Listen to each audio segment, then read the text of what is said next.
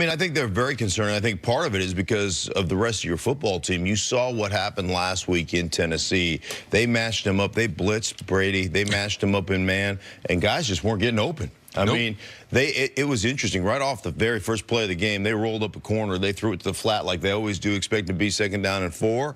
And somebody got hit right in the lips, and it was 2nd down and 9. They were behind the chains. It was like, you know, this is going to be a different game. So in that man situation where they pressured Brady, where they made Brady move all over the pocket, and I mean, he threw some balls away. He threw some dirt balls. He looked really bad under duress. They didn't have the guy that was matching up man-to-man and beating it consistently, getting open and giving that big target. So he becomes critical. Obviously, unless you're Chris Carter, injuries are part of the game. Like, unless you're Chris Carter.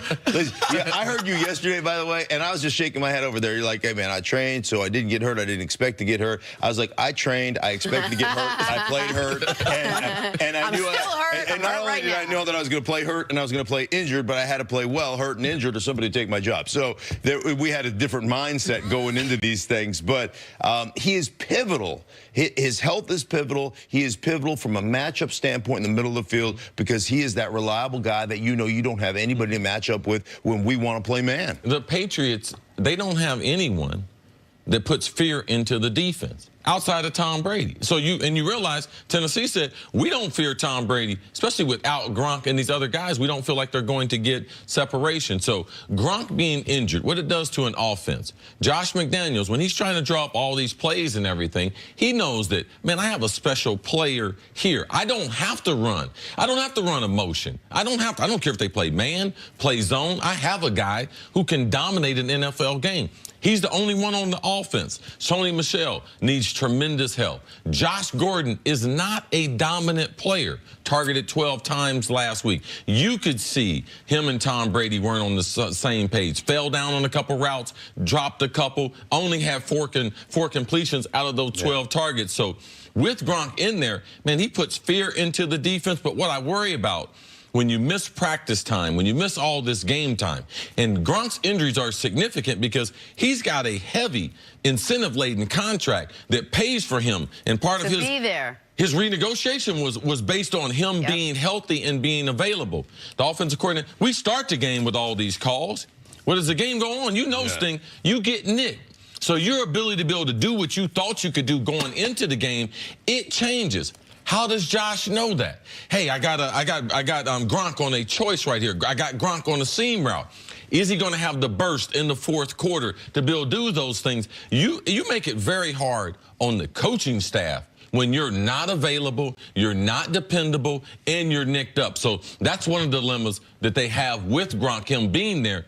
How much do we use him during the game, and how much football does he really have left in him? And this is how we know how significant the injuries were to keep him out of the games. Those $3.3 million worth of incentives that he fought for, he can't get any of them anymore. No. I mean, they're all dead now. He needs 70 catches. He's got 29. He needs 1,085 yards. He's got 450. He needs 9 touchdowns. He's got 1. So, like, and he needs 80% playing time. That's officially dead. Like, even if he plays every game, every snap. So those are gone. You know he didn't want them gone. And here's the other thing we know about the Patriots. In the biggest spots, who do they go to? 87. The last AFC playoff game they lost, the one to the Broncos, that great defense, and Peyton Manning. 4th and 20, down 8, they go to Gronk. He makes one of the best plays I've ever seen in that spot. Then, on the same drive, who do they go to for the touchdown? Gronk. Now, they end up not getting the 2-point conversion. Last year... Who did they go away from in the 2-point conversion? Gronk, right? Yeah, he's wide open. He missed him because he was seeing ghosts. Right, they missed Gronk. Again, that's pressure, yeah. But then the Pittsburgh game last year, their biggest game of the season, the game that was going to determine home field advantage. You remember the final drive of the game? Gronk to go score. This year against the Chiefs, when Gronk had been basically a non-factor throughout the game, even though they're scoring all those points. The 2 big plays down the stretch, who do they go to? Gronk. Like, there's a reason that since he's been drafted, they've won 12 games every year. Like, there's a reason that since he's been drafted, they've been to 4 Super Bowls. I know one of those years he was injured during the playoff run. He's not the only reason, but he has been I think, the key offensive reason other than Tom Brady.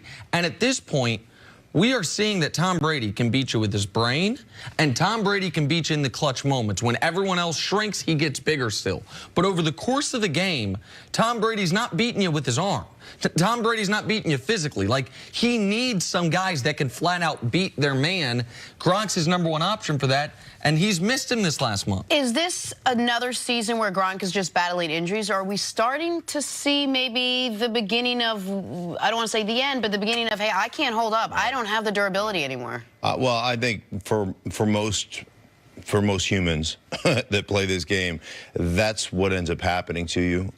There are a few guys that are exceptions to the rule, but what I know about the body, and having dealt with a lot of injuries, is your body's a great compensation machine. That's how it's designed. So when one thing starts to bother you, even subconsciously, when something you know is not right is bothering you, the rest of your body makes up for it.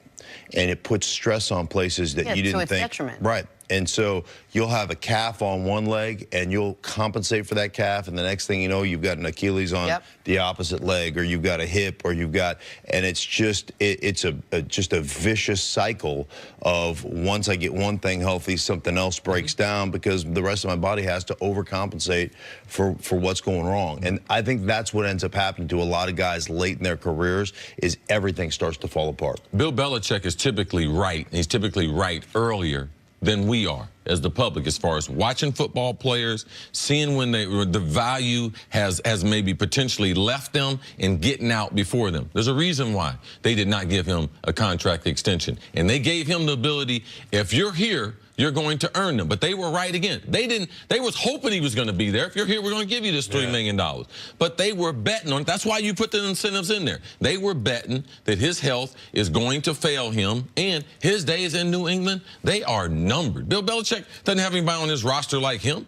Who else he got on the roster like that? Someone now who typically, he's already past the peak of his career. He'll never be able to reach the mark that he was at a couple years ago, and he wants more money. And now you're starting talking about, I got all these other outside interests. Oh yeah, this is exactly when Bill Belichick typically gets off and start trying to sponsor you as a player. Regardless of what his relationship is with the player.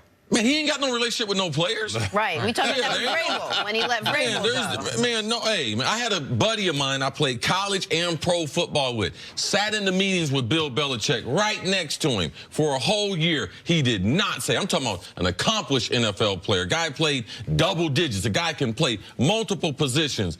Did not say hi to him all year. So, Gronk, man, please, miss me with that one.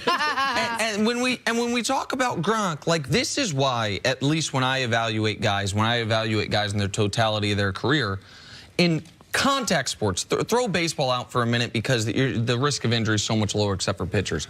But in football, and to a lesser extent basketball, how long you can do it is such a huge percentage of how great you ultimately are. Like, I was looking at DeMarco Murray yesterday, because you and I were talking about him. Man, DeMarco Murray had 1,800 yards one year in Dallas. He went to Tennessee, and give him credit, he nearly had 1,300 one year in Tennessee. But he was finished. He's 30 years old. He's doing broadcasting. He played 7 years in this league. Like, the ability to play football for more than 7 or 8 years at a high level is so hard.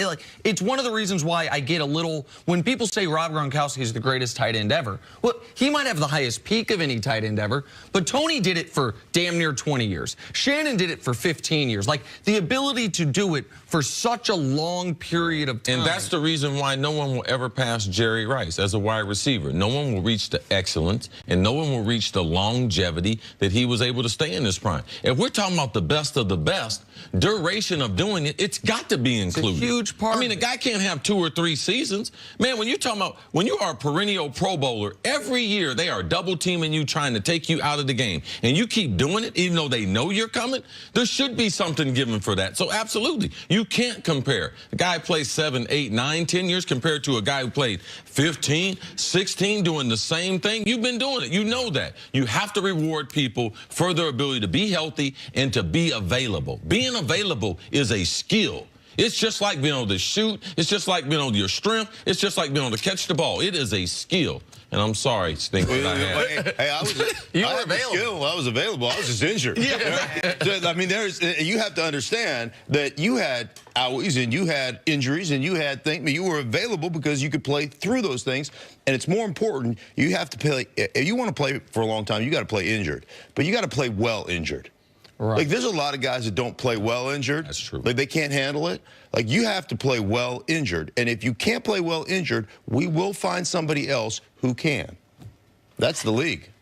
Your job was so much more painful than our job every day.